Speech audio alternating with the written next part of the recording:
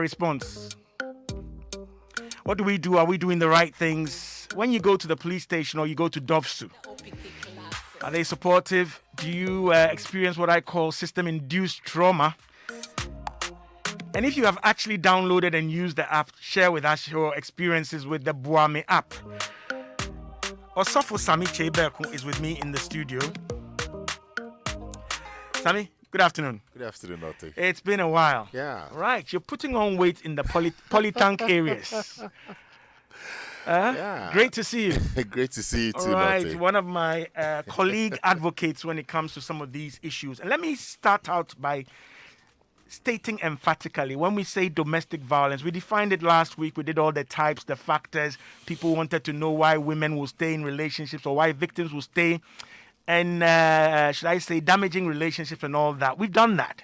We want to shift the focus on response. And one of the emphatic things I want to say is that when we're talking about domestic violence, it cuts across men and women, right? Yeah. Though the victims are predominantly women, right? Sami, this is something we always have to underscore when we're starting these kind of discussions. Sure. Yeah, a lot of people think you guys just get in the studio and you want to yap and yap and yap and yap about women and you forget men. Indeed, last week I had two gentlemen contribute.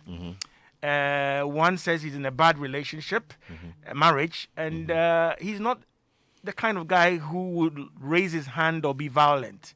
So as a consequence, he's very depressed, suicidal, and has taken to alcohol as well. Right, so I'm using this to open up the discussion as we start. Yeah. What do you say? Do you still get that feeling and experience when we're dealing with these things? Yeah. Generally because of how our society is structured and how we raise boys and men, we are not usually encouraged to speak up. Right. Or even to seek help when we need it. So more often when men go through problems, Right. they are not able to talk about it. Okay. And they find their own ways of coping. And sometimes some of these coping mechanisms can also be quite destructive. Okay. And that's a bit worrying. So for our brother, for example, he could seek help. Right. Anywhere. I mean, for example, coming to you, Right. I've established some contact with him. I'm trying to get the full details. Wonderful. Wonderful. And that's quite helpful. Right. But there are many men out there who are also going through different forms of abuse at home. And because we don't encourage our men to speak up, so we live in a society that says men don't cry. Okay. So oftentimes when they go through pain, they want to keep it to themselves. Right. And they die within. Okay. Let me check if my sister is on. She's not on yet. Can we get her on, please? Angela Dramina Abuaji, Dr. Angela Dramina Abuaji of the ARC Foundation. That is a shelter, but they do so many other things. Sami used to work there. Yeah. And let's say he's one of the fruits of the ARC Foundation, right? Sure. But today I want to look at response. Sure. And let me start with this dilemma of disclosure. Okay. Something bad is happening to you. You do your best to cope.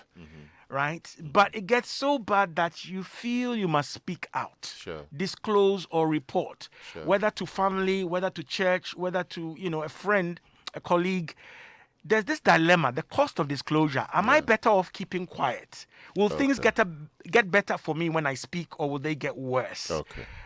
How would you describe this for the victim? I mean, this decision to actually report.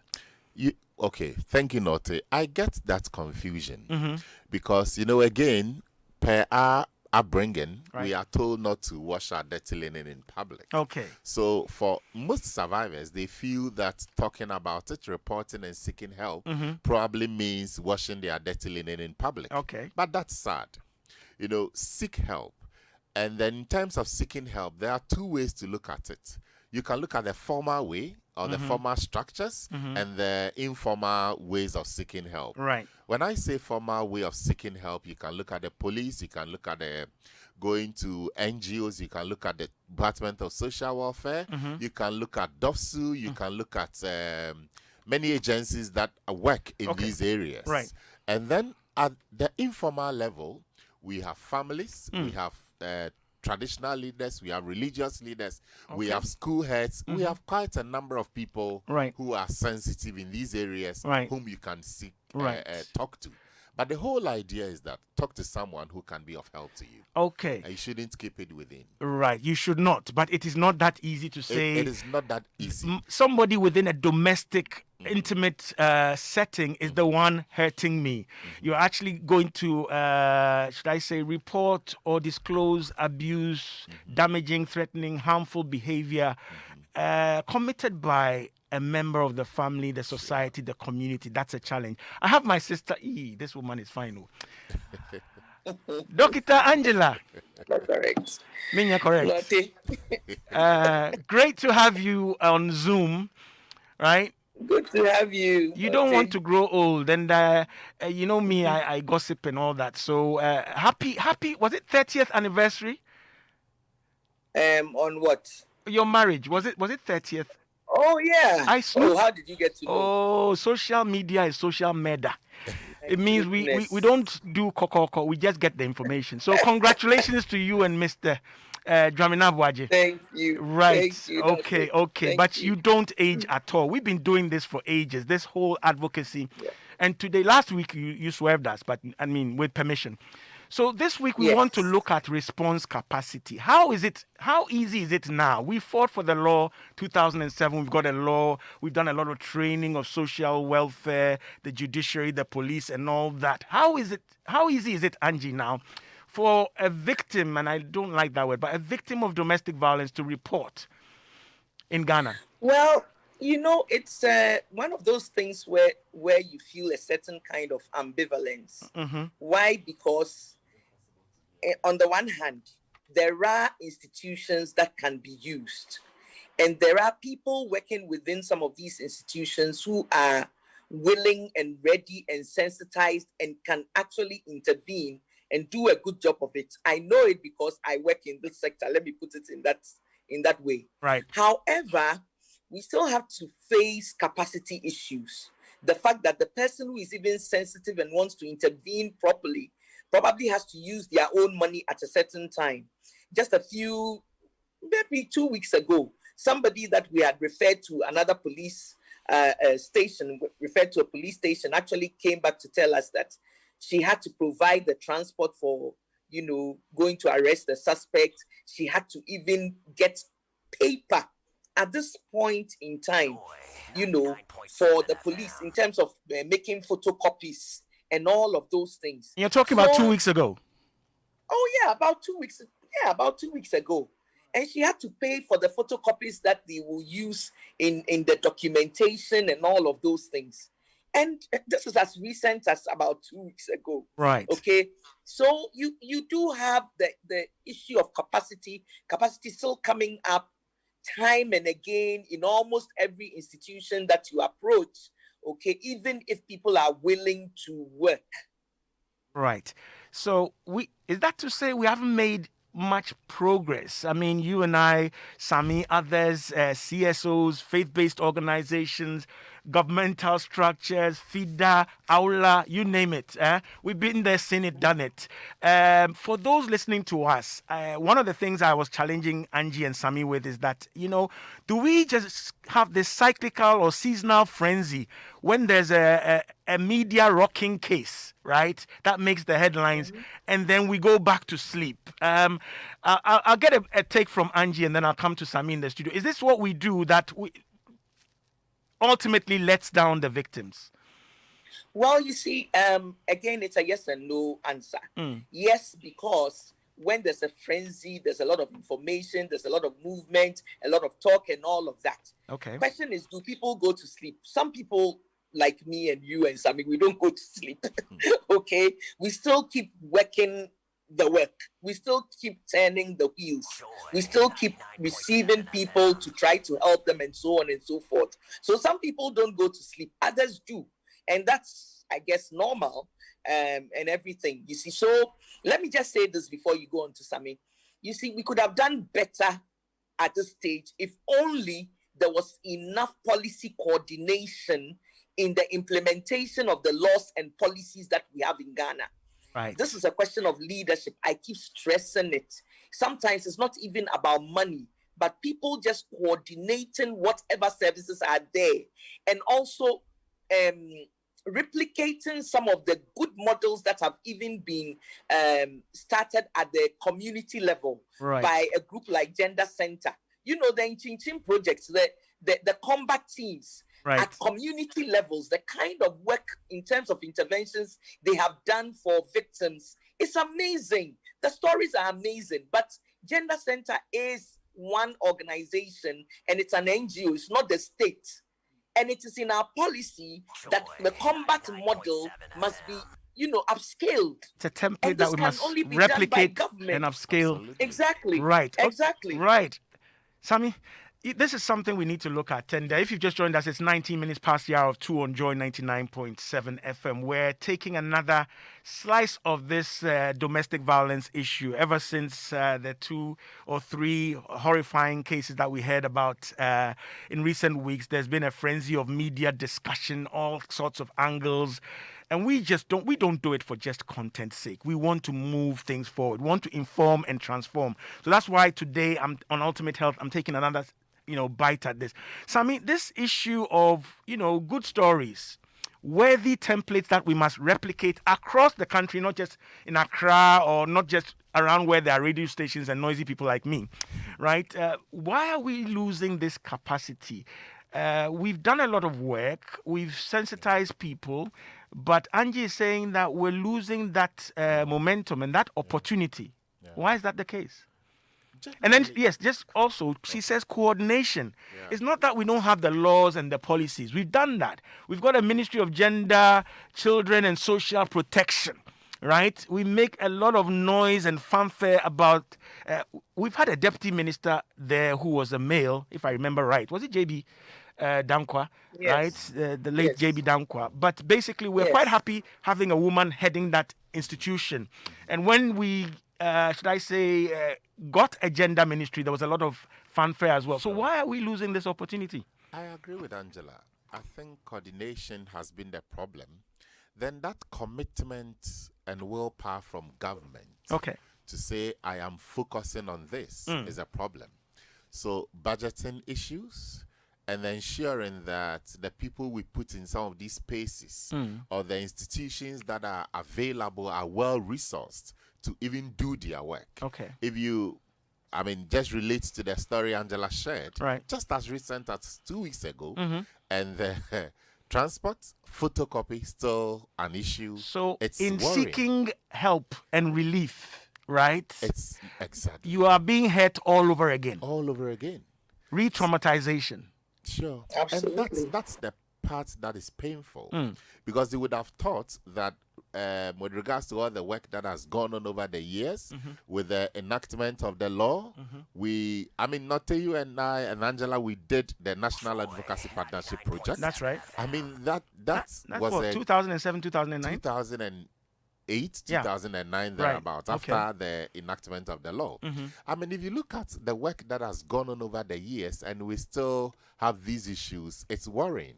Right. And it's come a time where, like you asked, some people who probably are sleeping should just wake up. Some people should just wake up. This is Ultimate Health on Joy 99.7. And my guests in the studio, Sammy Chebeku. He's a pastor now, but let me just call him Osofo, right? He's tending to his flock and he does a lot of advocacy work. He's with the Empowerment Institute, right, where you can also get help and support. Last week, he gave out his contact numbers. We'll do that again this week. Angela Dramina Boaji is with the ARC Foundation. They are better known for providing shelter, but also they've been, pivotal on the ramparts.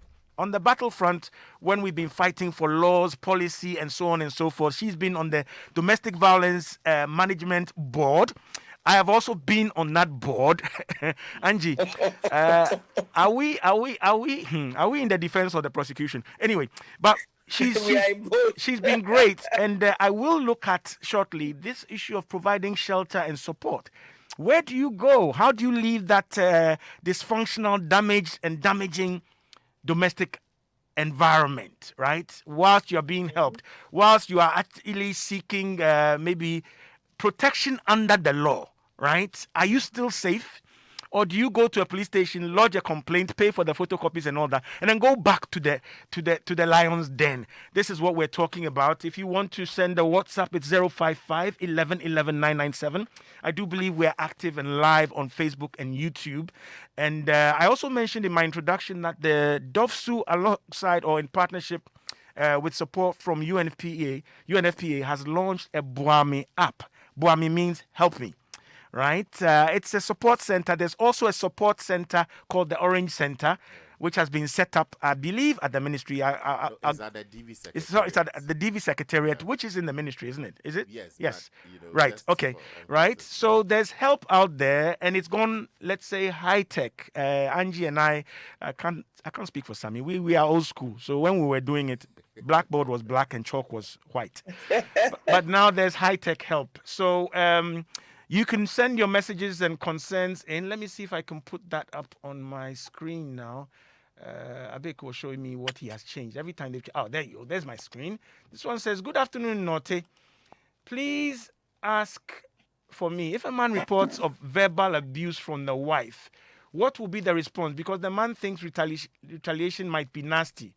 This is from Joseph Ajiman in Tema, a.k.a. Ajingo the man, right? Okay. This was to Nadu, right? So he's asking about verbal, should I say, abuse or challenges in the home, and what the response would be if a man reports that. Angie?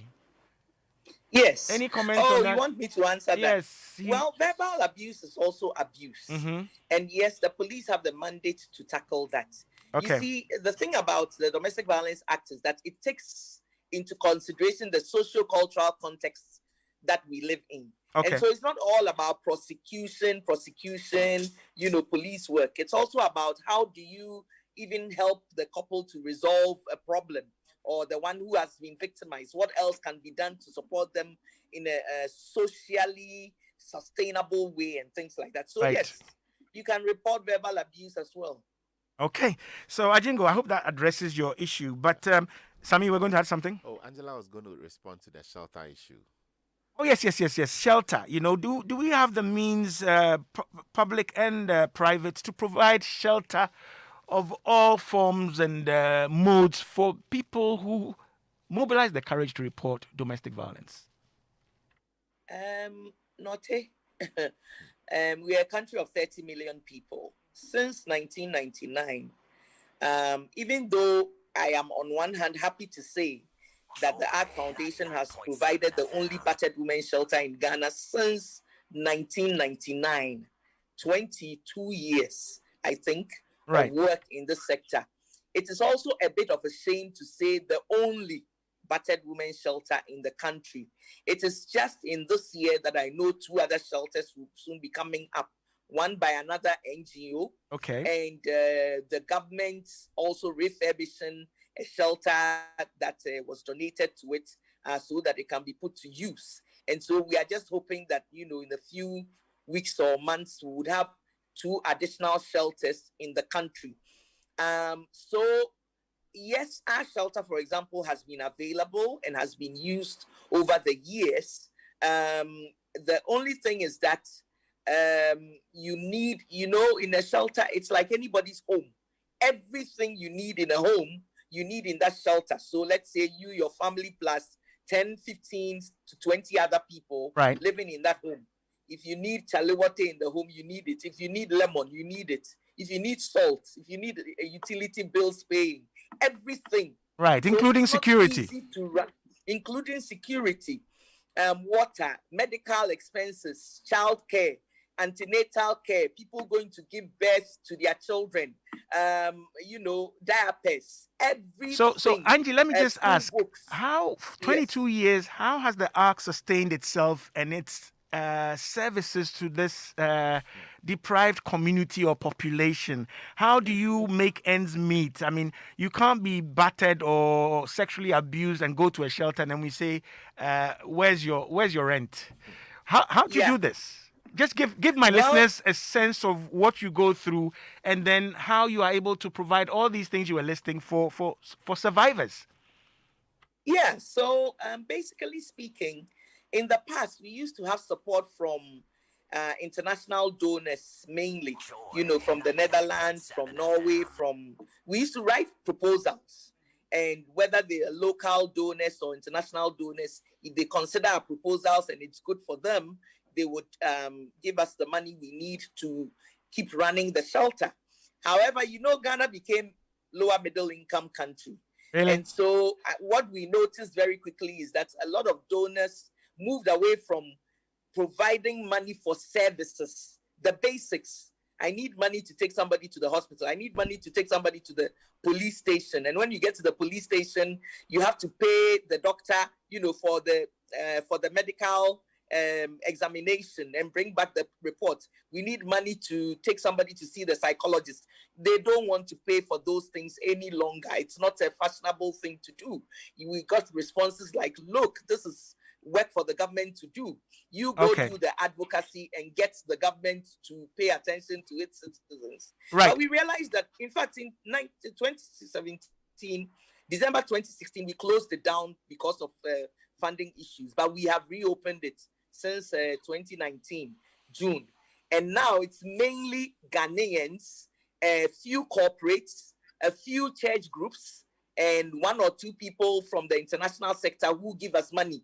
It's mainly 2 cedis, 10 cedis, 100 cedis, 200 from ordinary persons. We have stopped all donor funding. Right. Okay, Angie, I'm going to come back to that, and you'll be able to use this platform to reach out to well-meaning Ghanaians, organizations, etc., who may want to contribute to the ARC Foundation. This is a vital service. But let me just ask you before I come to Sami, because he's also now in the ministry. You yourself are are you a doctor of theology, right? Yes. Yeah. So also for Mami, ARC driver or a planke, whatever. But can you not? And let me find out from you. Have you explored sending your proposals to the very self-same Ministry of Women, Gender, Women, Children and Social Support? Why will they We not? have tried. They will not support? The ministry itself needs my money. You know the kind of budget that is given to the ministry. Wow. And you do know that it is mainly donor supported. That's something that irks me no end. It is foreigners who are supporting us to look after our donor supported. Damaged people. A lot of its programs and projects, and there are many. It has 13 departments that it runs. And a lot of its money is coming from donors already. So if you take your proposal there, they are not able to support you. I don't know if that's going to change, because the ministry brings us clients to support in our shelter. And basically speaking, we have to take care of them from, Kenken to Kran, if you like, until they are resettled. Okay. So it's been a long-running thing. It's not a government thing to give money to NGOs, and that's been a problem. Right, but you make a very critical, emphatic point. This is now recognized by our donors and all those people who are giving us money that it is a duty, right, non-negotiable, unshakable duty and responsibility of our governments, right? Yes. All right, categorical. Yes. Sure. Okay, if you want to join us, 055 11 997, Ultimate Health on Joy 99.7 FM. We're looking at the response to domestic violence. By all means, we'll all be horrified, outraged when we hear these stories. But what really have we put in place as communities, families, and so on? If you understand domestic violence, you will know, for example, that isolation, intimidation, and other things are the key mechanisms that fuel and facilitate and sustain violence. So these are families that are cut off socially and in so many ways. So it takes us a long time to discover that something is wrong. And sometimes our response is typically, Enawanka, how has this been going on all this time and you didn't tell your father, your uncle, or your pastor? So what is our typical response? And is it helpful or supportive? Some of you are sending me messages to say, where's the support? I've been to Dovsu. It wasn't that good. I don't want this to turn into a Dovsu bashing program, but your experiences are very, very welcome because I use your views to light a fuse. Angie knows why I say that, right? Indeed, when I do these programs, she says, you like trouble, oh. And I said, that's why I like her, because she's trouble, right? So, Sammy, typically in the faith-based organizations or in churches, what is the response to domestic violence? Okay. Let me say that as a society, our general response to family violence has been a bit some way. For most people, we deny it because we are raised to believe that abuse or violence is part of our growing up. Right. So getting into the church, most people will again deny it, and even when you report, the response to it sometimes is not encouraging. And Angela and I, we used to work on a project at the ACT called the Church Anti-Violence Project. Church Anti-Violence Project, right. So as in the churches against violence, and the responses we're getting from those spaces was a bit worrying. We hear pastors telling us, as for my church, abuse doesn't happen. Right. So there's a denial. There's a denial for some because they don't understand it. And some people also find a way to demonize everything.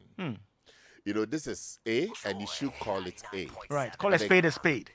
We want to deny it. We want to demonize it. We want to say it's an attack, it's a demon. So, I mean... So the church would be engaged in casting out demons of domestic violence. My goodness. Demons that must be dealt with physically. Right. But then again, you realize that the church is also a space that most people go to for help. Right. Of course, the Savior himself that we should comfort those who mourn in Zion, which is the church. Right. And that's a space that for me, it's so crucial for people who go through abuse. Because when I have a problem, I'm likely to speak with my pastor, I'm likely to speak with my choir leader, my youth leader, or any elders in the church. But what will the church specifically do? Will we set up prayer warriors, pray for the person, or are we doing something specific? The church could do counseling, basic counseling. The church could refer cases to appropriate agencies. The church could preach, use the pulpit to educate its members on some of these things. Let me put you on the spot, Sammy. Yes. So I'm an abusive father or husband, and I'm in your church. Okay. My wife has reported within the same church. Right? How does the church deal with that? For us, of course, I have preached on it several times. I've gotten a few friends in this space to also come and talk about it. So the church knows my position on some of these things. Okay. And even being here, some of the leaders are So what would typically happen in this scenario? Sorry, I'm using you as... oh, that's fine. I just want people to understand. It's the same basic response that we do. Right. I, of course, because I've worked in this space for a while, I also know the responding. Okay. So the issue are responding where I have to refer, I do. Okay. Where I have to tell you the truth about your actions, I do. Would your church, for example, you know, our law, and Angie, I hope you're listening. Our law makes it mandatory to report these things, not keep them. I personally led people to report. A pastor will encourage yes, church members. I have personally led people to report abuse. Okay. And these were members in my church. So in a sense, I know you are not the average pastor because you are very well sensitized. But in a sense, you are saying from the faith-based organization perch point, you have no problem reporting a church member no problem. And to the police. Shouldn't have a problem reporting cases to the police. Right. So what would you say to those who are finding all sorts of funny ways to keep this quiet in the church and furthering the damage and the traumatization and abuse? My colleague pastors and other faith-based agents should all understand that this thing we are talking about, it's sinful if we want to say it that way. Right. But it's also a crime against the state. And that we should not be seen as people condoning those acts. Okay. And that's why when it happens, we should encourage the survivors to seek help and also show them where to go to seek the appropriate response or support system that they may need. Okay. If it includes the police, let them go. Show them the way to go. Right. Okay. I'm so gratified hearing this. I'll come to Angie in a second. It's 38 minutes past the hour of 2 on Joy 99.7. The program is Ultimate Health, your ultimate guide to healthy living. This is every Sunday, 2:05, where I live with all the pressing, up-to-date, unassailable issues and information, right? Tell somebody to tune in. Last week, a lot of you were sending WhatsApp to my private number saying you want to speak, but... And I'll talk to both of them about underreporting and this reticence or reluctance to engage the system and seek remedies and relief. We haven't even talked about children yet, so we'll get to that. Ultimate Health on Joy 99.7 FM. So I'm going to try and pull up my WhatsApp page, and there's so many buttons and things these days, Angie. It's amazing. I'm like a dinosaur in here. Right. This one says, dowry. This sounds like Dede in Maryland. Let me just read that out. Yes, this is Dede from Maryland. Dowry. Some men are of the notion that dowry, which some call the loot, is the purchase of slaves, and as such, wives are properties. Thus, any and everything can be done to them, including the kids, when they eventually come along. Dowries these days are so exorbitant, most men cannot afford, and it's an extortion to say the least. What a great firm footing to start your daughter's marital life with. So she's hitting on dowries and maybe cultural ramifications or cultural practices that may be fueling the problem we're dealing with. If you have a question, concern, experience, share with us 055 11 11 997. This is Ultimate Health on Joy 99.7 FM with me, Nortey by nature. My guest in the studio live is Osofo Sami Chebeku.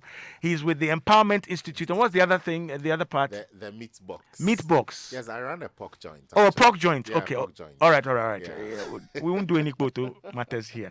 But he's a pastor. He's a gender advocate, worked for years with the ARC Foundation. He set up the Empowerment Institute that also gives help and support. What's the number you mentioned last week? 0244 803756. Okay, once again. 0244 803756. Okay, great. Let me come back to Angie. Angie, some of these services and support that are available, I'm sure there's a number for the ARC Foundation, right, which you'll give out. But if somebody wanted to support what you do, right, what is the mechanism? Because essentially you're saving lives, right? We have to facilitate this whole transition from victim to survivor. It's not an easy one. Many remain victims for a long time because of the lack of these services and supports. How does somebody support the ARC Foundation if Dede in Maryland wants to help you, for example? Use our Momo, which is also our hotline for reporting abuse if you want to use it. So we receive help on that line and we also give help on that line. Okay. It's a very easy number, 0243 777773. 0243 777773. Okay, so it's also a Momo line. Of course, we have a shelter campaign website, and you can Google that, it will come up, arcsheltercampaign.org, and there are other platforms like Global Giving, GoFundMe, our bank accounts, and so on on the on this platform that can be used. So basically speaking, that is what we have. Right. You can also go to our website and you find the link to the to those other platforms. But the easiest is the Momo. Okay, right. Let me just talk about this Buami app. I've downloaded it on my phone, and interesting. You can, whether you are reporting an incident of domestic violence, whether you are the one experiencing it, whether you want to log on with your name and details, or whether you want to remain anonymous, all those things are there. And you can log on and click. I see there's also a path which is to link you to counselors and a few other people. Sami, were you able to download it? I tried. I couldn't download it. Okay, I have downloaded it. I don't know whether... Angie, have you been able to log on to this? We do have the hotline Okay. as the organization, because if we also have to do some quick referrals, we can use that. But I haven't downloaded the app. Okay, so I've been there, and you click on it. It allows you to remain anonymous, which could be a critically important feature, right? That you can actually get support and help, and you haven't disclosed your identity. Something a lot of victims have an initial problem with until they've built rapport and they feel safe, right? And it also links you. I saw two counselors, and they're supposed to have given a brief bio of themselves, and you can click and speak to a counselor. All right. So obviously, it's a step in the right direction. Later, I'll try and bring in the operators of this and the center as well. Yes, Sammy. Okay. So on Thursday and Friday, UNFPA together with the DV Secretariat organized a workshop at La Palm. I was there with Dr. Clayman. Right. And they brought partners who are as a service providers who are supposed to be receiving cases with a helpline or call. Okay. So to train them on these sensitive issues that we are discussing. So I want to just say that the Boame project and the app, it's a very good thing that we should all get on board and also get on board victims, providers, and everything, shelters alike. Let's populate it and make it work, especially if it's funded by our donor partners. We thank them. We hope they'll bring more, but essentially we need to test it. Angie, what do you say? You remember the days of the GVSSN? Right? Yes, I mean, and I think that's the most important thing to do, that as much as possible, all the thing about coordination is to get the organizations working with each other and not assume anything. Right, synergy. Because, yes, the synergy is important and the capacity is also important. Because frankly, if you send somebody to an organization that cannot give you what you need, it's also quite difficult. So we need to up our game at all levels, the synergy, the coordination, and also the capacity. And this needs to come, that one, I can't say enough times, from the government. Okay, we've been talking about DOFSU becoming a directorate. And anytime I get the opportunity anywhere, I keep saying it, make DOFSU like a NACOP. NACOP has its own ways of even getting its resources, applying its instruments and tools and personnel to fight organized crime when it comes to narcotics and so on. DOFSU receives the most cases in this country. Any year from 2015, it has received thousands of cases, 9,000, 12,000, 16,000 year after year. And why do we keep treating DOFSU as though it must remain a little police unit, and then, transfer people at will after they have been trained? These are issues of policy coordination, and we must stop doing that as a country. Right. We've talked too much about this to continue to do that. Okay, great stuff from Dr. Angela Dwamna Boaji of the ARC Foundation. She's given out the contact number. Some of you want the hotlines and the helplines repeated again. I'll do that in a second. My phone line is active, 0302-216-541.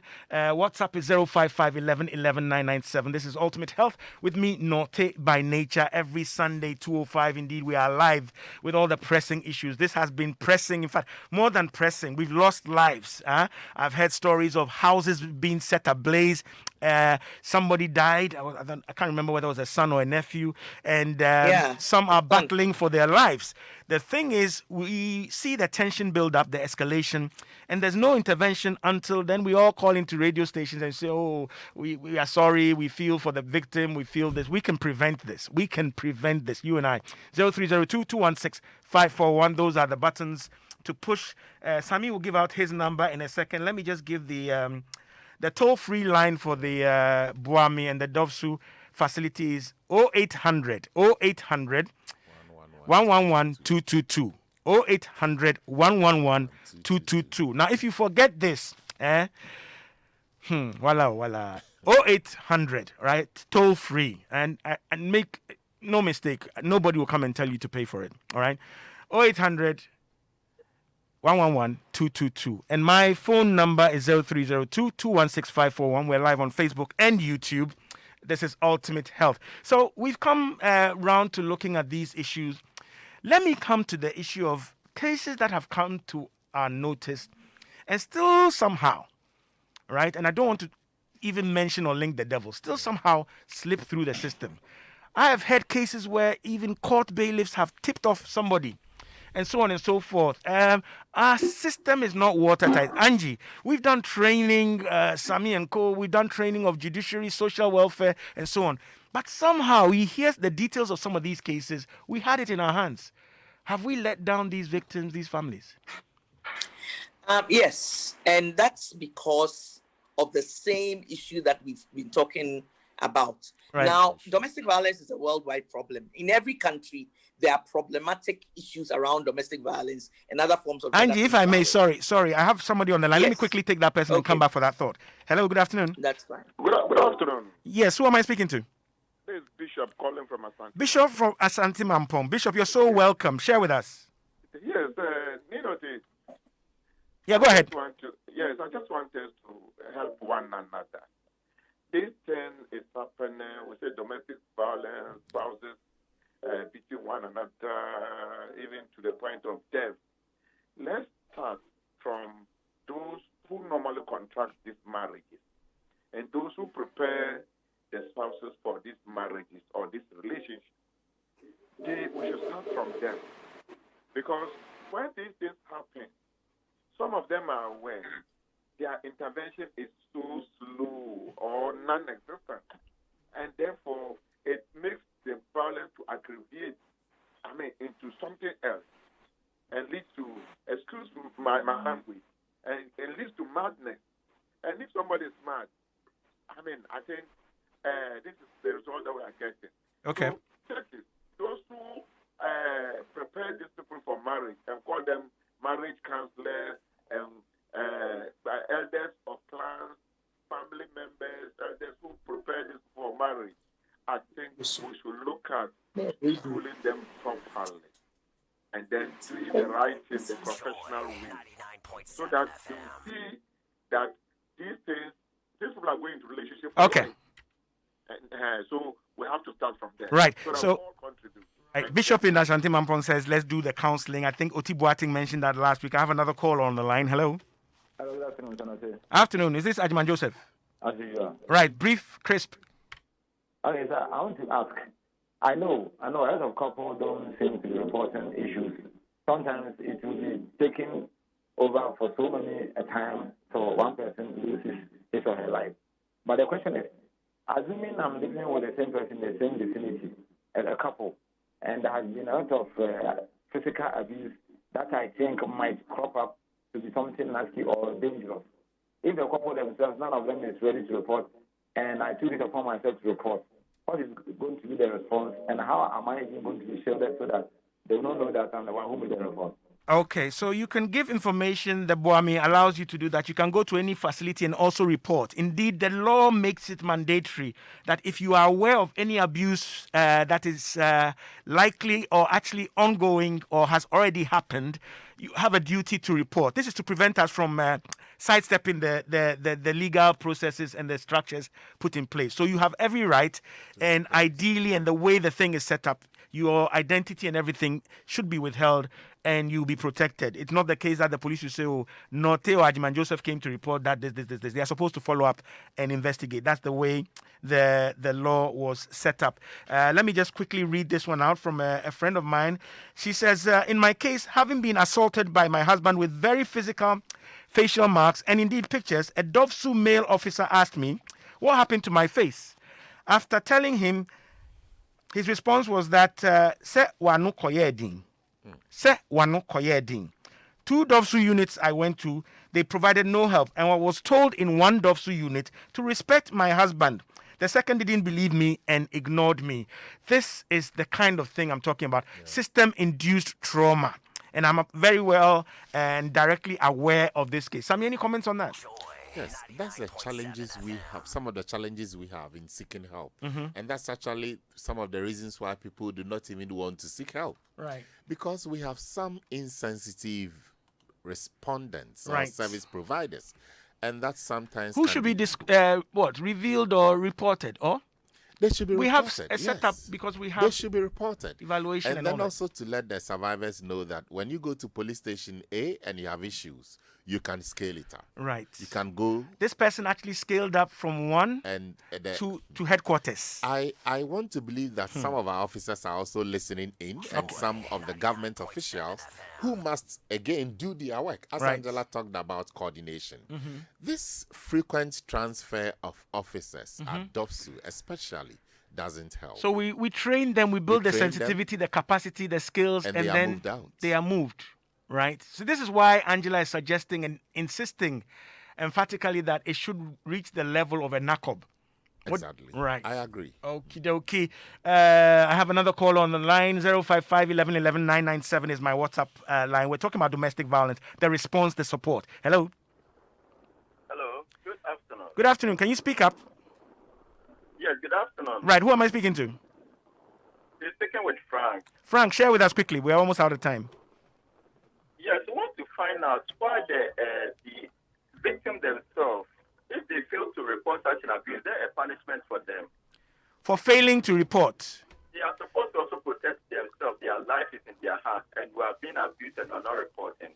Is there a punishment for not reporting? Okay. Good question. He's asking, Angela, I see the look on your face. He's saying if a victim fails to report, I mean, if I'm a witness and I fail to report, the law makes it mandatory. But what about the person experiencing the abuse who also does not report? Sometimes they don't even want to, engage the system for fear and re-traumatization. Angie, what's your response to this caller? So you can't punish them for not reporting. If that's your problem, you go report for them. There are ways in which you can do this safely. And I think that's the most important thing that we should know. There's a reason why some victims don't want to report. Sometimes you try to do that, the violence increases. Okay. And all of these things must be taken into consideration so that it doesn't become problematic for the victim. We must understand that there's a real reluctance and there are reasons for it. Right. And of course, we know of the financial and economic bondage, the threats and all these things. So Yes. I'm being hurt and damaged, violated by you, but the system has been set up that you are my sustenance. Right? Yeah. So it's not that easy to disconnect or drop the call in quotes, right? And disentangle yourself from the abuse. Indeed, we have a syndrome called the battered woman syndrome or the learned helplessness syndrome. You've reported and experienced more pain. So for that caller, this is one of the things. That is why we as a society, we need to change societal attitudes and behaviors, right? When it is your family, you hush it up. I have done programs and trainings over several decades where people tell me a woman's no is not no. And it is yes, just that you just need the PIN code or the decoding formula, right? Until it is your daughter who has been abused, until it is your wife, right? That you start to see that position is not constructive. Not your wife, your sister. Your or sister, daughter. your wife. Is another dynamic. Sometimes it can change. Okay, Angela is telling me, right? She stays there. Telephone line still active, 0302216541. Do you have a call on the line? Not yet. All right. This is the opportunity to share and also engage with some of the providers. And if you've had any experience upfront with the Buami app, share with us so that we can empower other people. Some of you called me after last week's program. I'm trying to do my best to link up. The gentleman who called, I'm hoping, I had arranged actually to see him this morning. It didn't quite work out. He says he's in a difficult situation. He's taken to substances. He's suicidal, Angie and Sammy. What can we say about this? And this is a man. But for any victim who is in that situation, they haven't reported yet. Things are getting worse. And they're thinking maybe there's a one-way ticket out, right? Suicide and some of these things border on diagnosable psychiatric conditions as well. What do we do there? I know we have networks that allow us to refer, but any comments on this situation? Sammy, go ahead. Sammy? Okay. So, like I said earlier, Yeah, we will encourage such people to seek help. Okay. I mean, however Yes. they get it, they should still seek help. This, as difficult as it may be, it's taking your life. It's also much difficult, and we should trust our systems to a point where at least it could provide us with the basics, and then let a friend know, let a community member know, let a family member know, let somebody know what you are going through. There is always help available somewhere. You may not know it, but some people will know. So for people who are going through such abuse and trauma, Right. they should talk to someone. And who definitely can be of most help. things hurt before they heal. Angie, am I right? So Yes. the discomfort of reporting and disclosing your identity or your situation when everybody thinks actually they admire you, everything is fine. You've got to overcome that to be able to disclose and seek help. Yes, and we have to try. And like Sami is saying, you'll be surprised that you just getting a listening ear may be the first step towards healing. Okay, speak to someone, and indeed, it may be a traditional leader. He started with it. We don't want us to restrict ourselves to maybe just the formal institutions.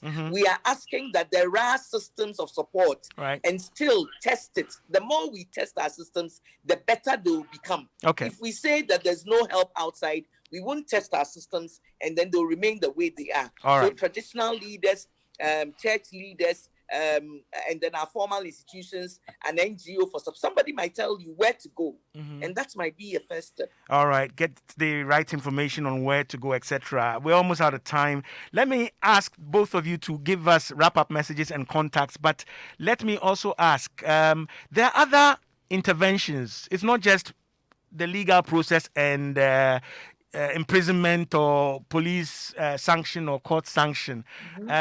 These are also available. So if you can, in a breath, share your numbers again, and then also a comment on that.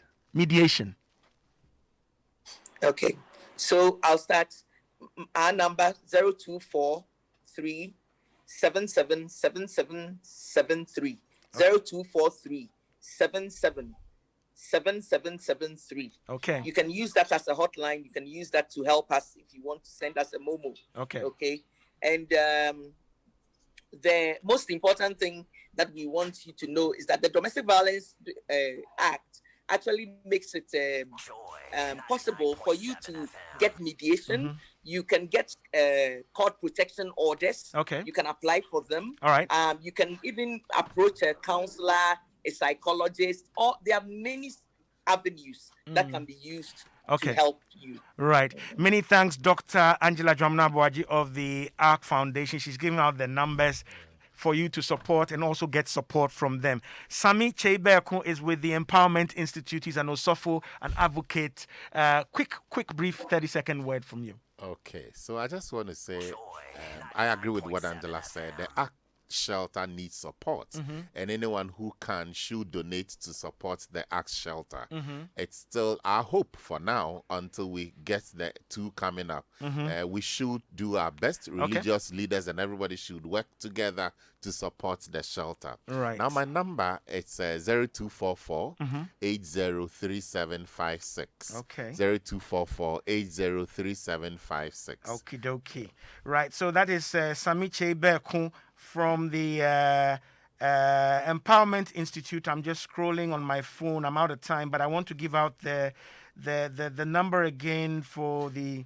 Okay, so it's 0800 800 111222. Yes, 111 That's right. Okay, 111 I failed my own test, right? Because I didn't want to slip up. Angie and Sami, so great to have you. And to those of you who, as I speak, right, are experiencing something, we hope we brought you some hope. And the systems are there. They are not perfect. We aim every day to enhance their capacity. So let's hope we've brought some hope to some of you. And we'll take a look at the other side too and look at prosecution of some of these cases. I know I'm not Samson Ladi and Anyanani, but we need to look at it.